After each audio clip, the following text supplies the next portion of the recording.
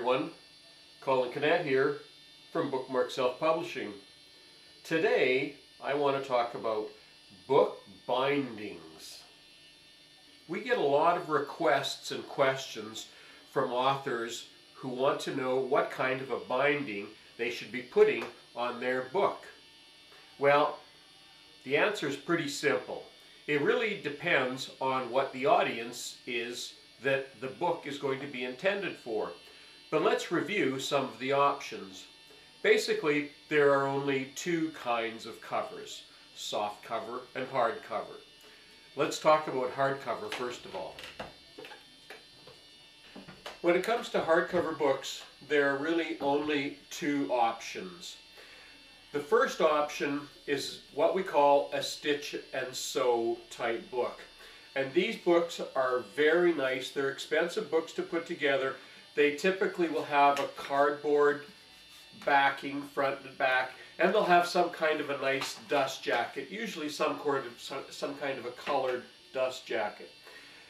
The reason you would pick a book like this is because it has a lot of information. You can't put this kind of information in other kinds of binding. The other kind of hardcover book is what we call perfect bind. And this kind of a book has a nice colored picture actually laminated right to the cover of the book, so that when you open the book, the cover and the color is actually the book cover, and that's front and back. These kinds of books are typically glued together. Now, the reason that you would want to pick either one of these books is usually for their longevity. These kinds of books are for law books, doctors' books, reference books in libraries, those kinds of things. A reference book that you want to use, that you're going to be handling a lot, is going to require a lot of wear and tear, so you'll want a hardcover book for that.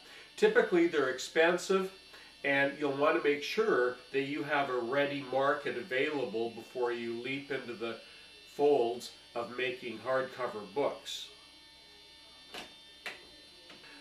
Let's take a minute now to talk about softcover books. When it comes to softcover books, there's a couple of options.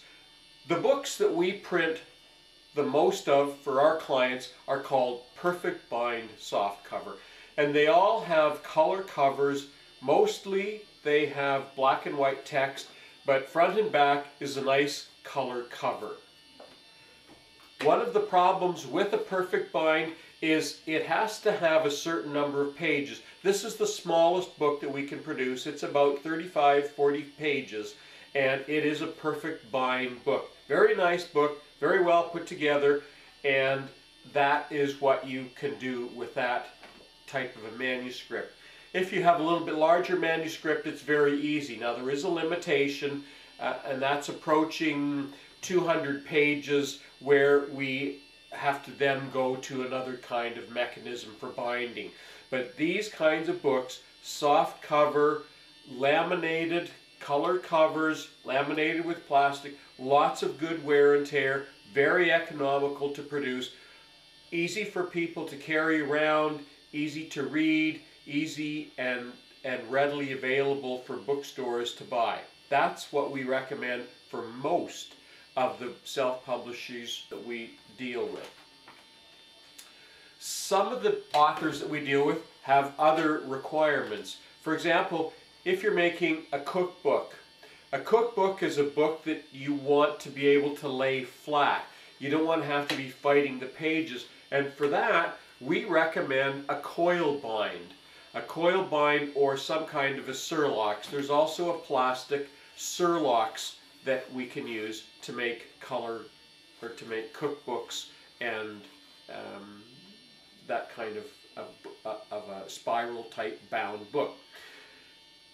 Children's books are also ideal in spiral bound. For younger children, often perfect bind books are harder for them to handle. That's why we recommend a coil bound book. It's easier for the kids to open and it lays flat, easier to handle.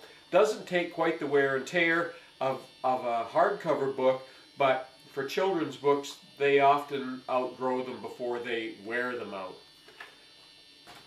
The last kind of binding that we have is what we call a saddle stitch. And that's used for small magazines. It's also used for manuals, for things like appliances and things that you might purchase. And it's very simple. It's basically a big wide piece of paper folded in half, and then some staples, 2 or 3 staples, run through the spine of the book. That's a simple saddle stitch. And again, that's limited to a number of pages too. We typically try and keep these to under 20 pages, otherwise they get too cumbersome for people to use. So, for most people, the perfect bind soft cover is our recommendation. In cases where you're making children's books or cookbooks, some kind of a spiral bind. And that's really it for binding. Binding is really quite simple. You just need to make sure that you know who your audience is, and that will lead you to the right kind of binding. I'm Colin Canet for Bookmark Self-Publishing.